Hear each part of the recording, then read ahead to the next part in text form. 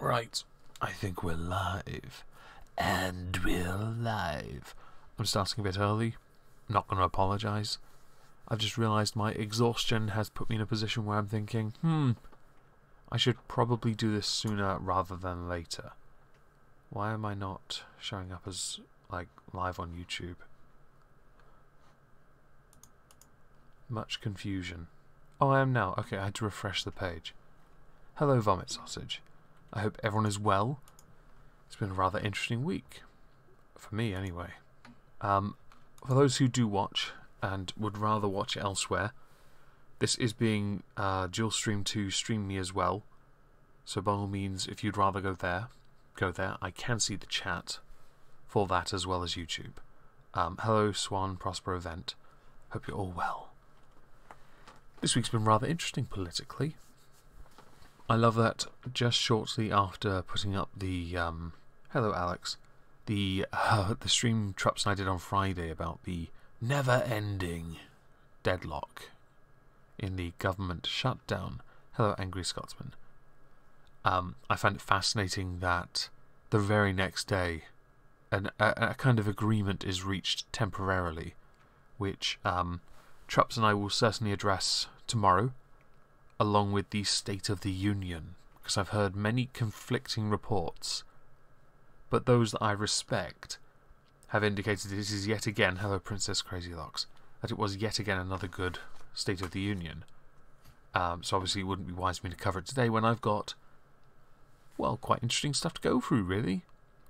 Prime Minister's off, so it's not her today. It's David Lidington, the Duchy of Lancaster, Emily Thornberry. I can't do a Thornbury accent. I have tried. Sean, I don't know if I enjoyed it because I haven't watched it. I need to watch it tomorrow on my day off, and then I will know for sure. Hello, Patriarch of the Sith. I'm going to yawn. I apologise. Oh, I should have chosen the other avatar for this. Doesn't matter. Prime Minister is currently in Northern Ireland. She has been in continental Europe for most of the week, trying to sort out this backstop issue. And there are many conflicting reports on that as well. And we will, of course, even people from Thornbury can't do a Thornbury accent. You are quite right. Anyway, as it is David Lidington and Emily Thornberry, we should definitely start. I will point out, Thornbury, I find her to be quite funny. She's funny to me because she's a stuck-up cow, but she can crack a joke. I'll give her credit for that. She knows how to tell a joke. She doesn't stop the delivery for a breath, which is where May and Corbyn fail miserably. So I'll give her some credit. So let us... Am I on the right tab for it? Because I know I had a few sources. Yes, I am. Aha. Here we go. Right. That there. My mouse. Hello, Renulations. If it's you, Ren or Igor. Hello. Good evening, Cabbage and Joyous Sorrows. Hope you're all okay. The theme for this, by the way, unsurprisingly, until March 29th, whatever it is, we know the theme. There are a couple of questions that come up later with Blackford, where he does not, for a long time he hasn't it. Hello, Sir Bluefooted Booby. Am I always tired? No. Basically, Wednesdays I get up very early for work, and yeah, I have to stay up all day. I can't nap, so only on Wednesdays. The theme is Brexit, obviously. I like that. Mentioning being tired has actually made me tired. Grumble. Doesn't matter. Brexit's the theme. It will be until the end of March. Blackford doesn't mention Brexit for once, which is amazing. Yeah. I'm just going to do this. There we go. Problem solved. Enjoy making your food, Dibula. You brought that on yourself. Now, where was I? Oh, yes. Let's start. Questions to the Prime Minister. Andrew Bridgen. Question 1, Mr. Speaker. This first question, the question this guy's about to ask after Lidington says a few words, is going to be fun. Just going to say. Office and Chancellor of the Duchy of Lancaster. The Right Honourable Gentleman is a notable celebrity, not only in Aylesbury, but here in this House. The Right Honourable Gentleman. Mr. Speaker, I have been asked to reply. My right honourable friend, the Prime Minister, is in Northern Ireland, outlining this government's commitment to the people there and our plan to secure a Brexit deal that delivers on the result of the referendum. Mr. Speaker, Monty Python Court Edition. This is, yeah, pretty much that. I'm sure that the whole House will want to join me in welcoming today's announcement that the next meeting of NATO heads of state and government will take place in London in December 2019. This is fitting, as 70 years ago this year, the United Kingdom, led by those Atlanticist champions Clement Attlee and Ernie Bevin, was one of the Alliance's 12 founding members, and London was home to the first NATO headquarters. Yeah, but does it have a Nick Fury? That's what really matters. We will continue to play a key role in NATO as it continues its mission of keeping nearly 1 billion people safe. Andrew Bridgen. Mr. Speaker, Actually, you know, I'm going to just throw in a little snide remark. Keeping almost 1 billion people safe. How long till that gets outsourced to India? always considered the leader of the opposition to be just an unreconstructed Marxist. However, in light of video footage that's emerged this week, I may well have to change that view.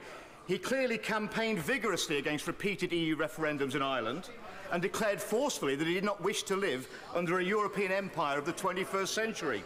So in this spirit of cross-party consensus, would my right honourable friend join with the Leader of the Opposition to dismiss once and for all any prospect of a second EU referendum and reaffirm that we're leaving on the 29th of March? Right. So first things first, I want to play a short clip of what Corbyn has said before about what we should do, what he wants, which contradicts other things he said. To the EU, that's obvious. Every country, whether it's Turkey, Switzerland or Norway... Turkey's not in the EU. You fucking idiot. ...that is geographically close to the EU... In fact, Turkey can't join, not because it's not a European country, but because of the 37 preconditions it must meet before joining. It fails all 37 of them. Without being an EU member state, has some sort of close relationship with the EU. They're some more advantageous than others, and Britain will need a bespoke, negotiated relationship of its own. I love that he said bespoke, and yet he has railed on the government for saying that. Thank you, Dr. Malik. Labour would seek to remain in a customs union. Which can't happen because the EU has ruled it out. This keeps coming up, and these retards keep saying we need to be in a customs union, we need to be in a single market. Ruled out, motherfucker. Now, I believe this video here might be the video in question. So let's find out. Significant degree of opposition to the European Union, usually from quite a nationalist, almost xenophobic perspective, but also from a left position as well. The two do not cooperate at all. They're different forms of criticism.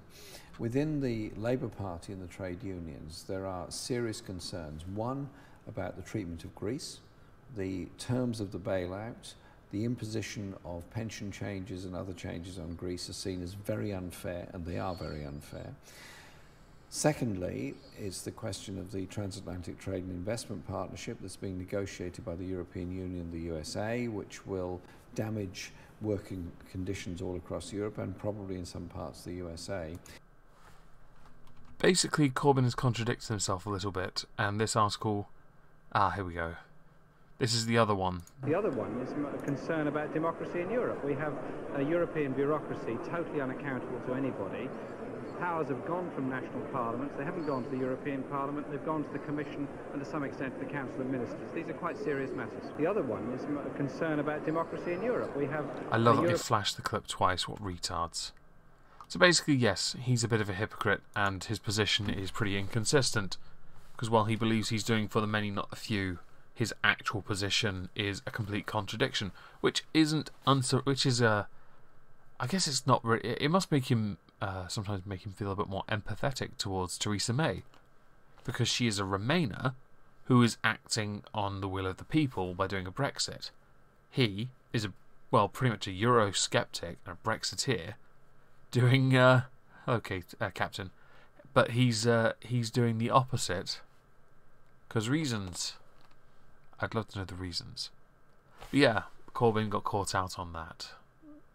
And didn't really address it, although I do know he got a fair amount of flack this week for the inability to tackle the anti-Semitism stuff, which has cropped up this week.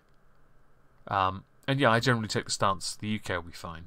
If the deal can be agreed upon, then yeah, it'll be fine. Well, I say fine.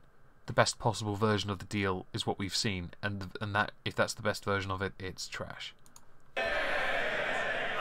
Mr. Speaker, I can say to my honourable friend that the government's position is clear. Serene, we will actually get to Tusk's comments soon because I've got the video of it. So yeah, the will of the unions. We said to the British people in 2016 that we would accept their vote as decisive, and the duty of politicians is to implement the result of the referendum and not to suggest that the public got it wrong, and I think undermine trust in democracy. I think it would undermine democracy on the face of it. I think if we had a second referendum, it would actually be a case of, holy shit, we're Ireland. We're cucked. We're basically doing this until we get it, in their minds, right. That is unacceptable. So a second vote should never happen. The vote happened. Now we have the consequences. The Honourable Lady is a notable celebrity, not merely in Islington, but here in this house. Emily Thornberry. Thank you, Mr. Speaker. Thornberry. I'm so glad to renew my acquaintance with the Minister for the Cabinet Office, or as the newspapers always call him, effectively the Deputy Prime Minister. Surely the only occasion these days when the words Prime Minister and effective are used in the same sentence. That's not bad. I like that. It's actually accurate as well. I like it. Good on you.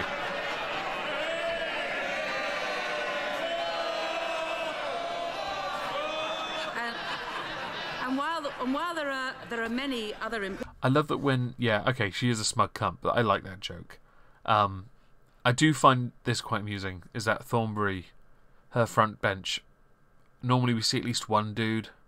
Nah, not this time. It's fucking Valkyries out there. Important issues that I would like to discuss with the Cabinet Office Minister today. Well, sadly, in this picture none anyway. is more vital or urgent than Brexit. So I would like to use our time to have a sensible, grown-up discussion about what the actual plan is between now and March the 29th. This is quite interesting. This PMQ, I watched it back 3 times just to be sure. It was, by any stretch of the imagination, quite cordial, actually. Normally, it devolves after the second or third question. Hello, Carlos. But not this time, and I thought that was quite nice. It makes it easier to understand the points they make and work out who was the winner. Was it Liddington, or was it Emily Thornberry? And to this end, can I ask him this?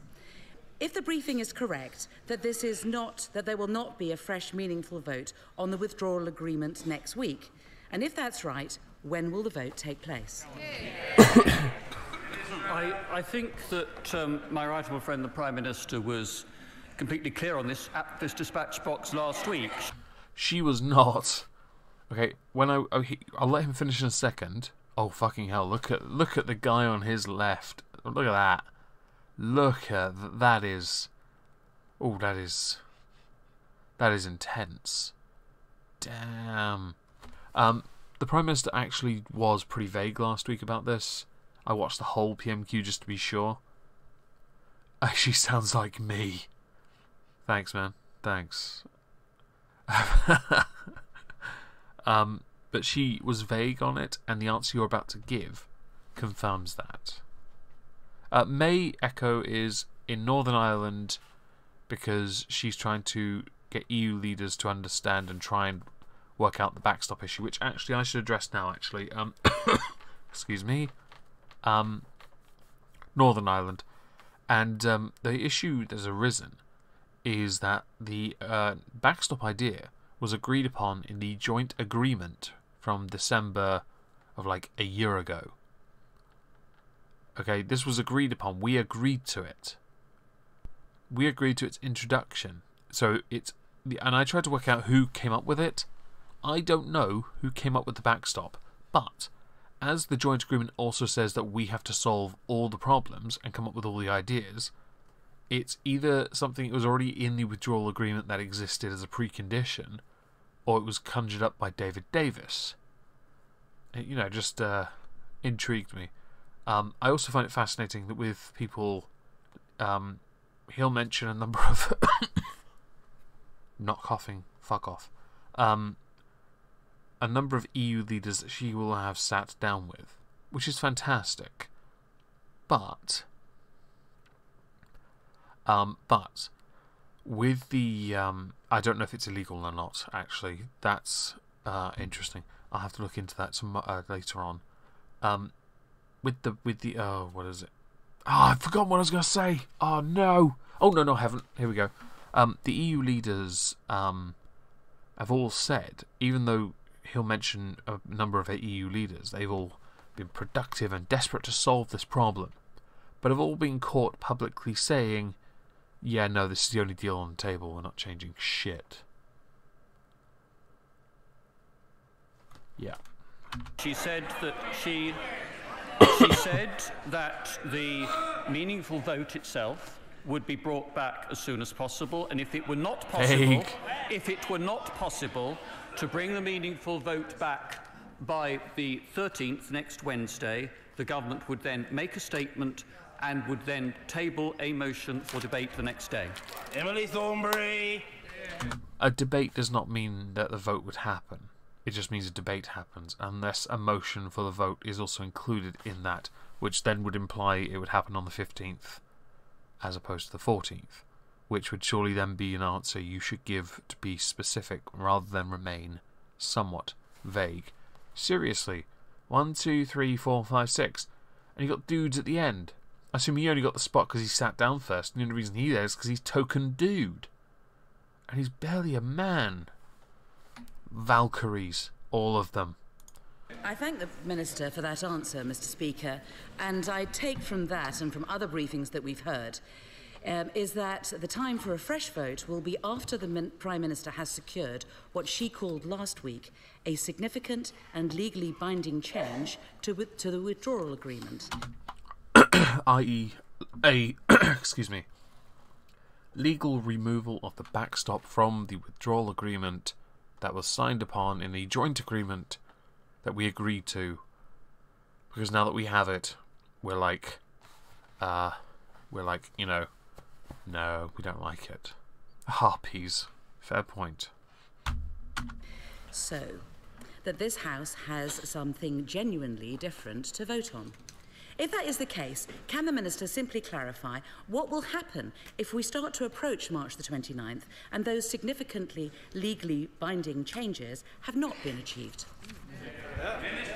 Well, the Prime Minister, I think, has been announced by number 10, is going to be in Brussels tomorrow, where she will be seeing President Juncker, President Tusk, and the President of the European Parliament, Mr. Tajani. Okay, interruption. For the entire EU project, you have 3 people in 3 different sectors who have the title of President. To me, that is an immense watering down of something that is supposed to instill... Yeah, it kind of does. Angry Scotsman, you're quite right. Yeah, it feels like a watering down of what they are. Now, he did mention President Tusk, so let's address President Tusk with this tweet here. I've been wondering what that special place in hell looks like, which is a direct rip of Shepherd book from Firefly, kind of. For those who promoted Brexit without even a sketch of a plan how to carry it out safely. And this is the silly part, because the majority Dibula, because it still takes place, but with proxies. It is still something that happens. It has to happen every week. The government, the Prime Minister even, is held to account every week that has been in place for, oh god, a long time now. Even when Thatcher was in office, they did it.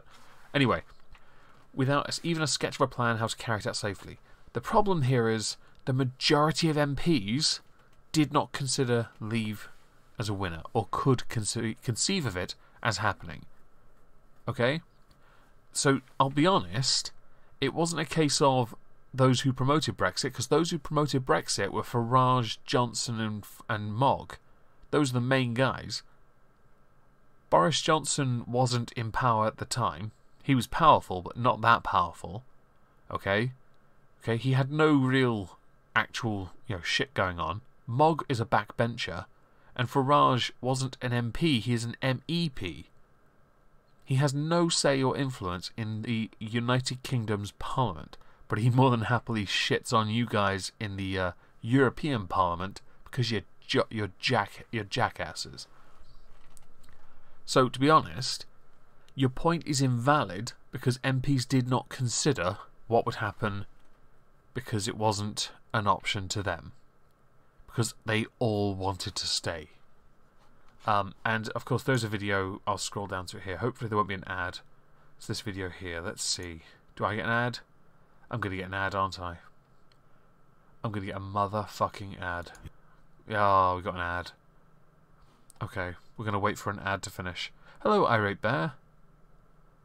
And yes, exactly. I and Dibula, I've spoken to Trups about this. I would love to see a PMQ version. Yeah, the one place you won't see these kind of ads on my fucking videos. I love that the moment I uploaded my Eugene Yokuni video yesterday, it was demonetized instantly. Right, so this is basically, this isn't him re-saying what he said, but it's him being caught saying something just after.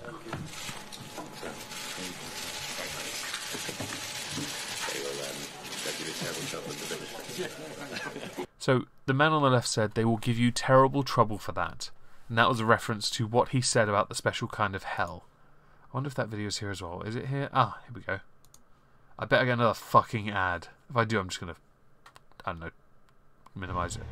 No, I didn't. Win! Full screen! Right, let's skip ahead a little. No. Let me skip ahead. Let me skip ahead, you fucker. The top priority for us here we go. Remains the issue of the border on the island of Ireland and the guarantee to maintain the peace process in accordance with the Good Friday Agreement. There is no room for speculation here. I don't think the European Parliament or anyone really in the EU give a shit about the Good Friday Agreement because that doesn't really matter to them. What matters is protecting their interests, and Ireland is theirs because it's just a member state as opposed to a country. So I don't really think they care about the Good Friday Agreement. And Russell Howard has kind of fallen. The EU itself is first and foremost a peace project. Lol, it's a trade project. Not gamble with peace.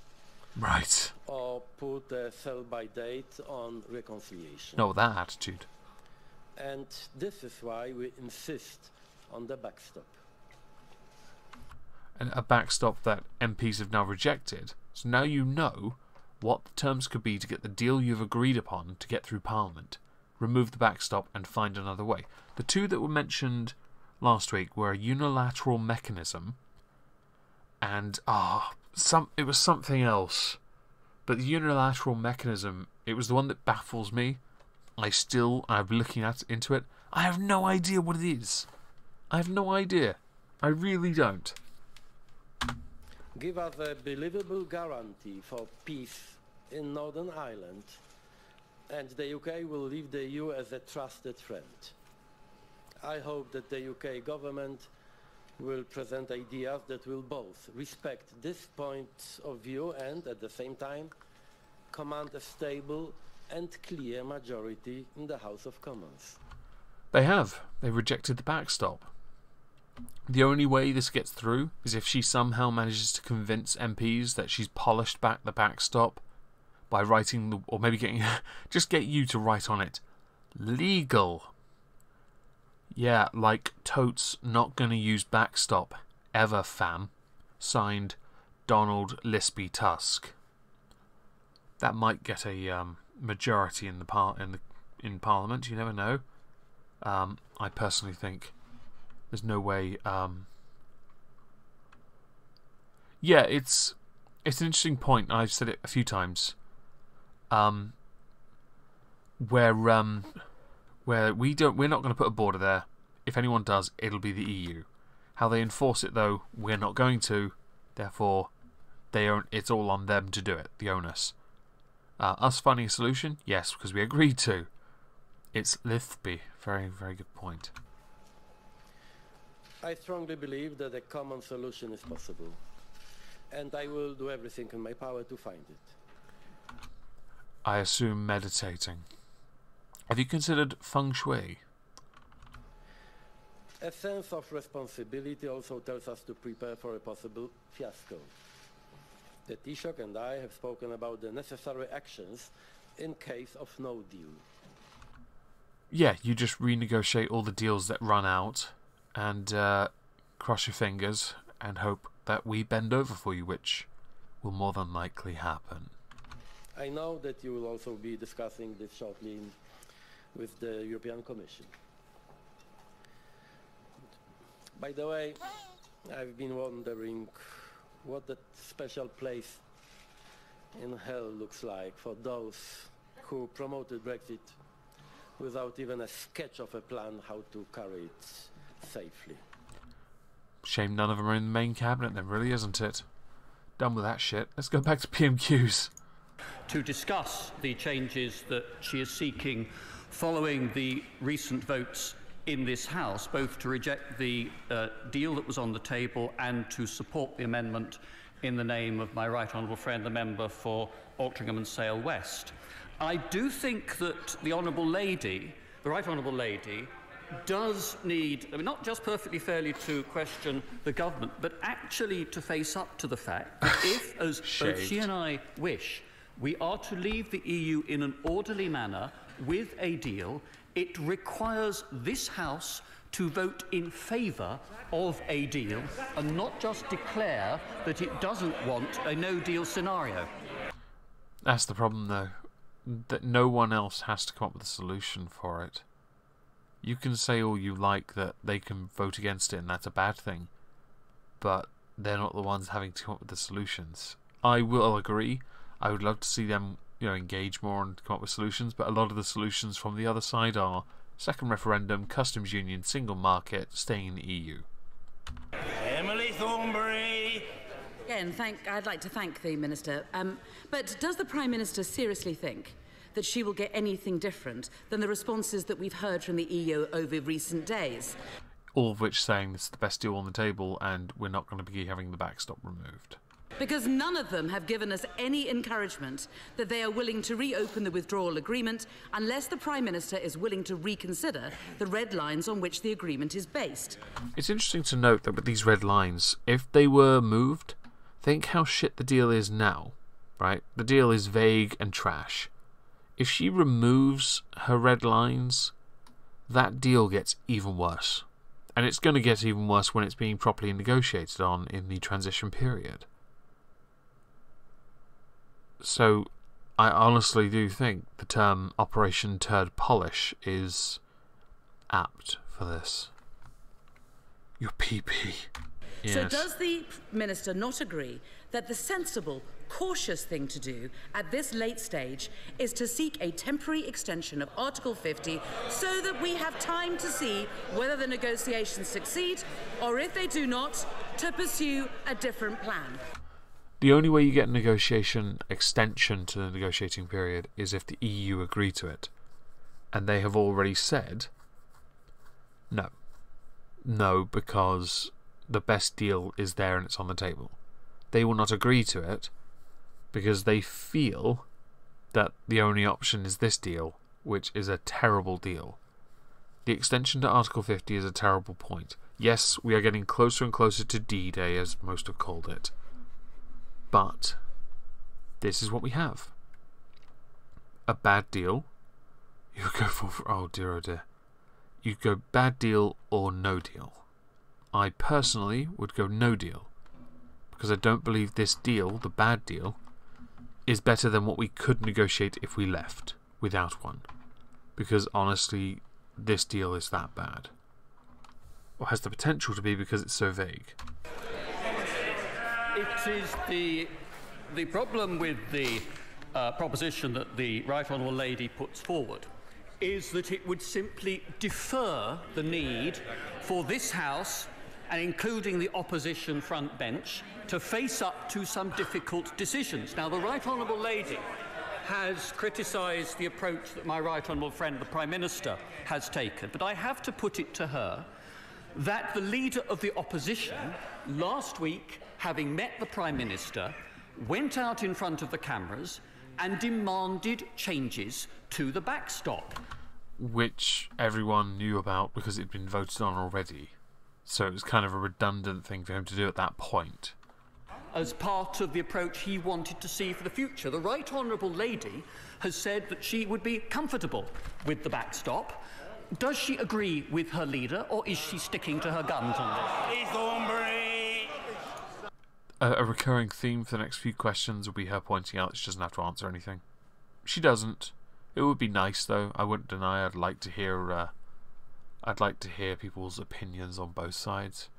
But the order paper says Prime Minister's questions.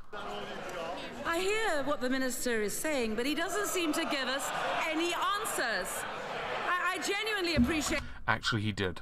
his attempts, but I hope he will understand the concern that all of us have, not just in this House, but across the country, that we have a government treading water in the Niagara River while the current is taking us over the falls. So can we go...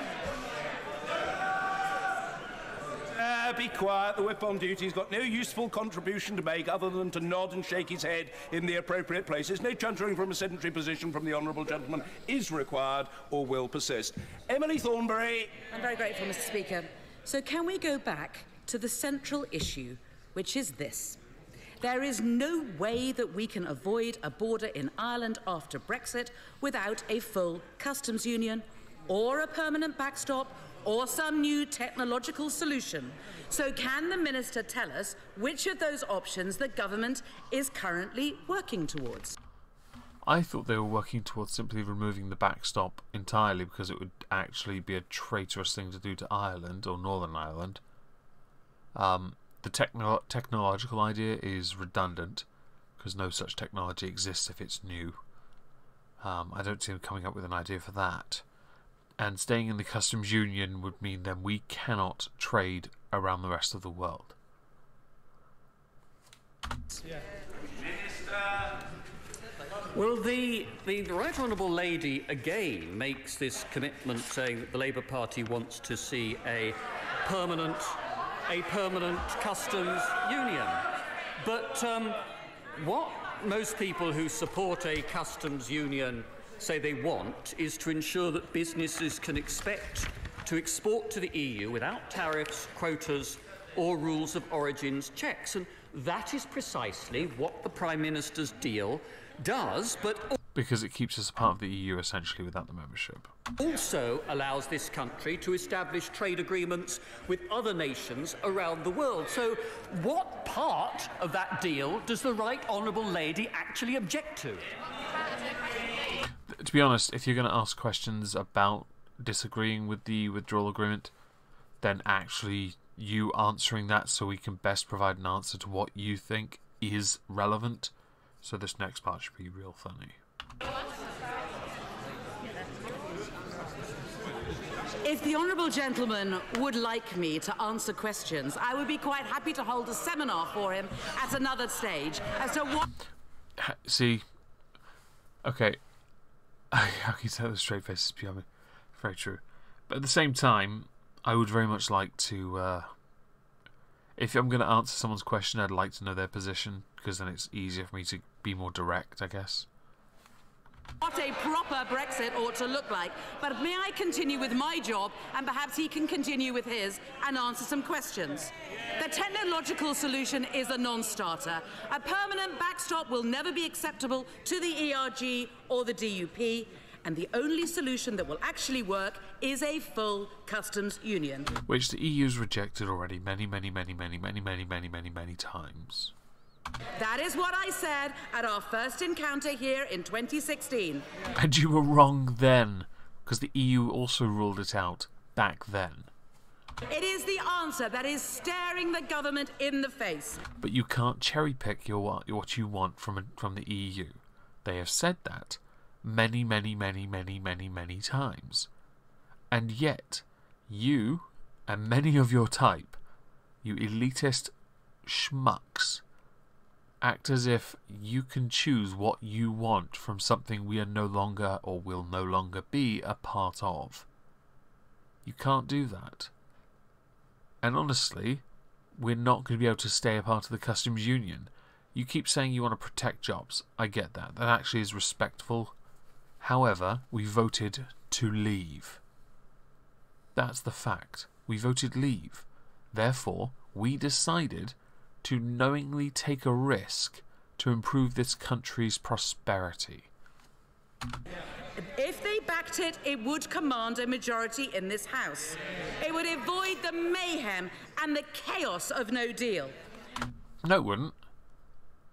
It really wouldn't. It would just mean that we are negating the vote of the will of the people, and we'd be shitting on them, myself included. And to be honest, I'd rather none of you fucking harpies dropped a doozy on me. And it would protect the jobs at Nissan, Airbus and elsewhere, which are currently at grave risk. So can the Minister explain why the Prime Minister is so dead against it? Because it would mean going against what the people voted for.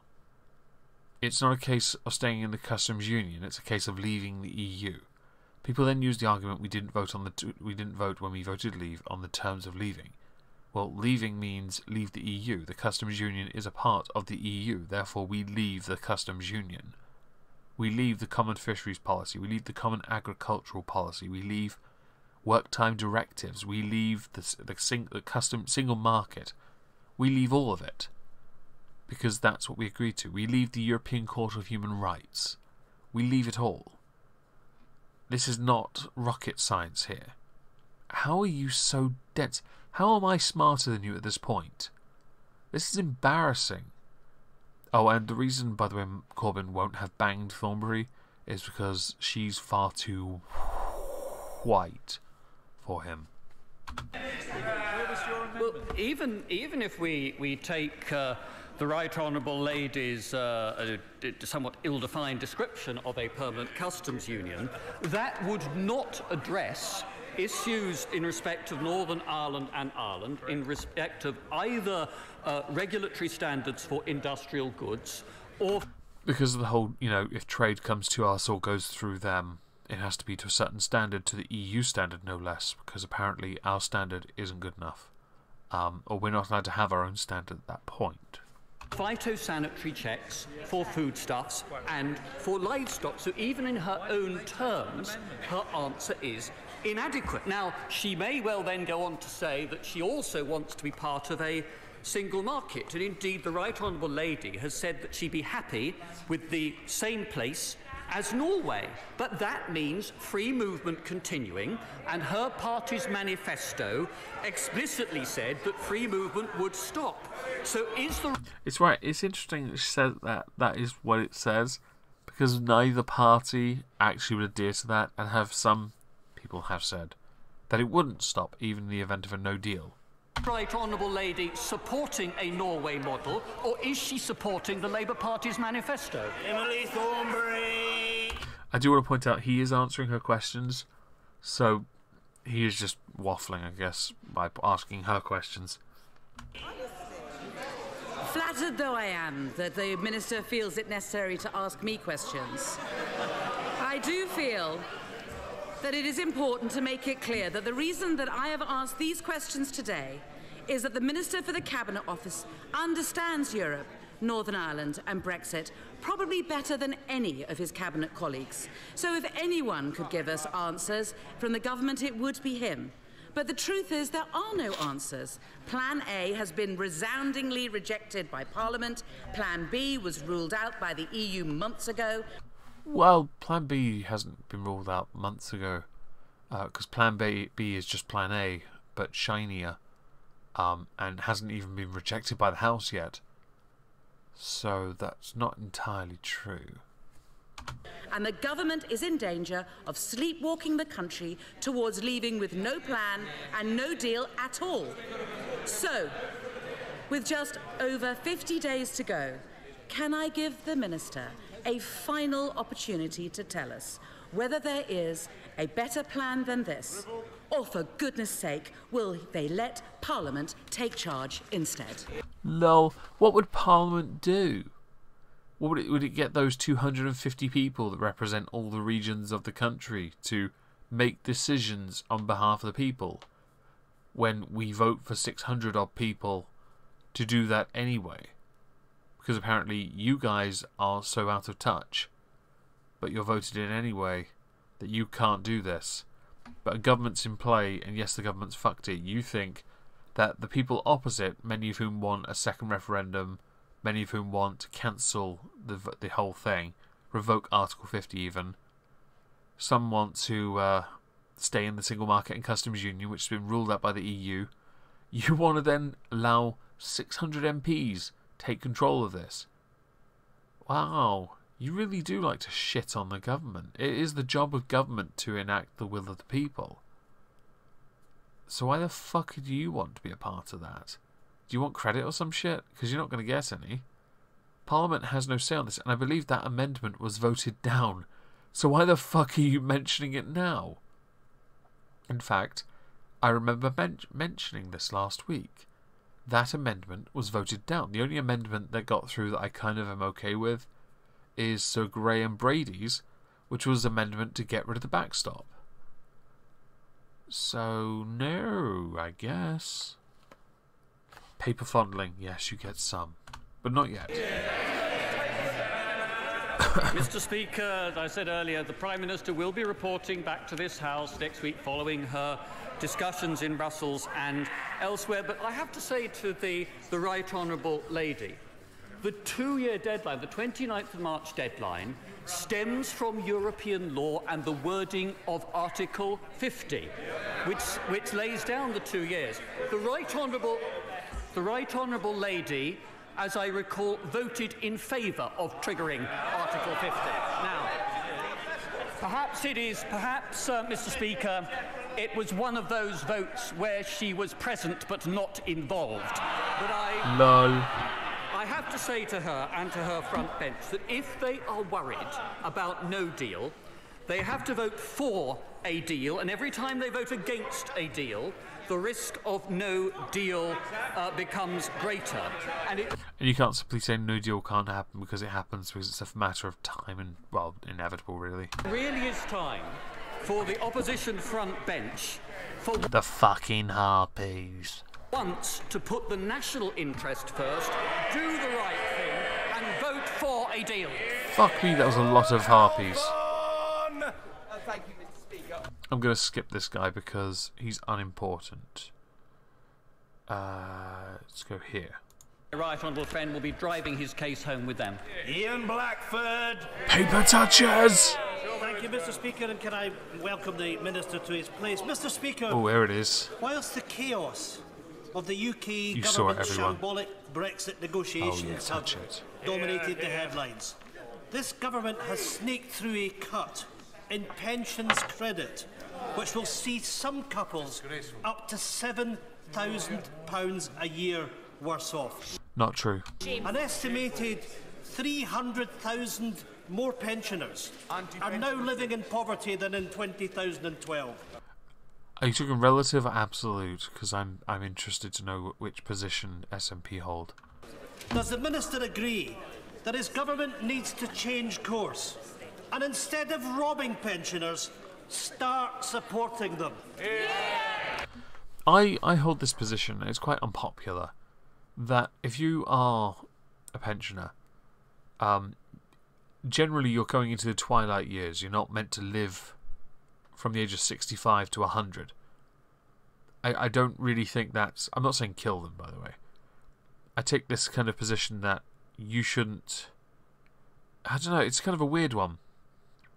Because you get to a position where your body either starts slowing down or you are just entitled to it, but you're capable of continuing. I personally don't see a reason why I'd want to stop.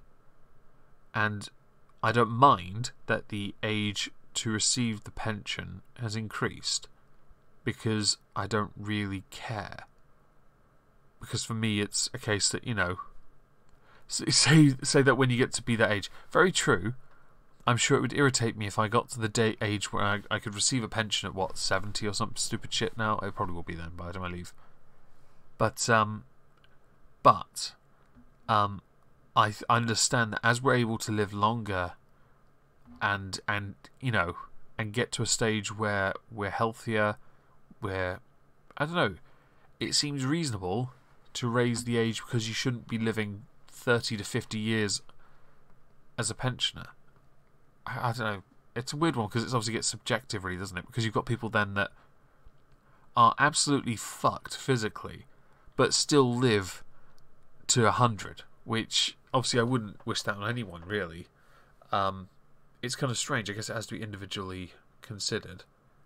But at the same time, I understand why raising the age happens, because we're getting to a stage where we are living longer. It shouldn't be the case that... No, I'm going to stop there on that one, because I think I'm repeating myself now. Let's just...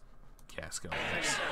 Mr. Speaker, I think the right honourable gentleman is talking about the situation of mixed-age couples where one is over pensionable age and receiving a pension and the other is of working age. I think that what the government's done, indeed what this House voted for some years ago, is perfectly logical and in lines with the intention of the benefit system. Blackford! Well, Mr. Speaker, we certainly didn't vote for that. What we've seen from this government is it continues to put the hands into the pockets of the poorest in our society. That says a lot about the pensioners, really, doesn't it? In fact, it is the Tory government that is allowing a proposal to take free TV licences away from pensioners. You know what I suggest for pensioners? Because there's a way of watching quality television without having a TV licence. It's called Netflix.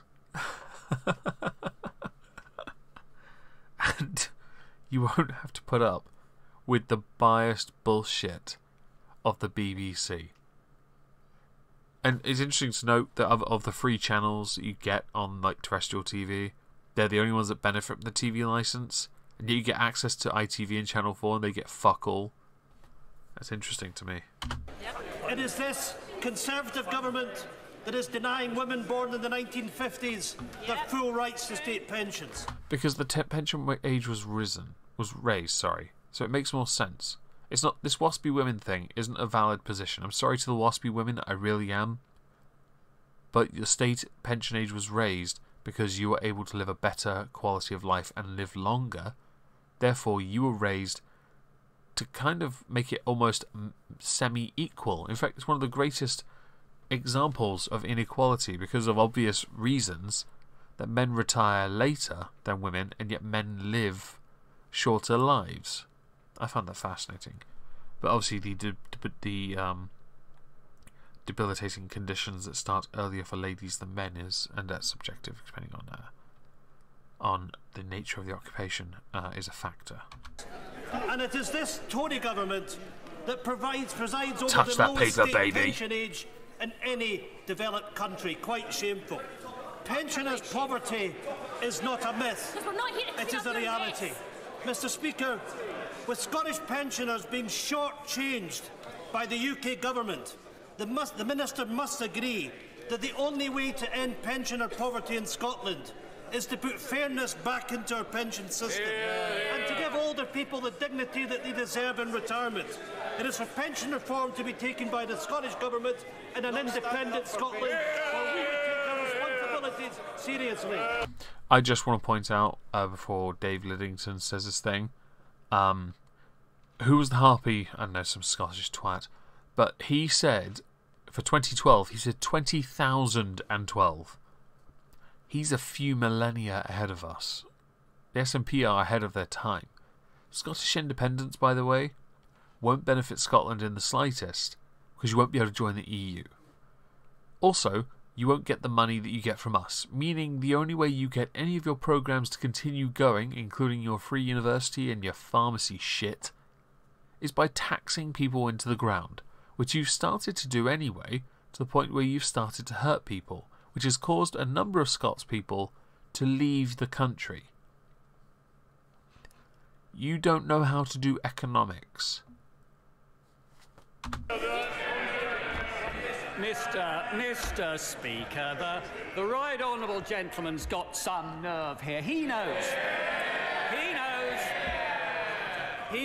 that it is in the power of the Scottish Government under devolution legislation to top up social security benefits if they choose to do so. He knows, Mr. Speaker. Oh dear, there's a lot of wild gesticulation and very animated expressions, and people looking at me pleadingly. It's very difficult to hear what is being said. I was trying to listen to the erudition of the Minister, but there's too much noise. Let's hear the fella. Minister. Speaker, the right honourable gentleman knows that he and his party have voted against this government's budgets, even though they have been reducing tax upon the lowest paid in every part of the United Kingdom. He knows that the budget set by the SNP in the Scottish Parliament last week have led to Scots being more highly taxed than people in any other part of the United Kingdom. And that in a year when the Scottish Government's block grant as a result of the Chancellor's budget decisions was increased by £950 million.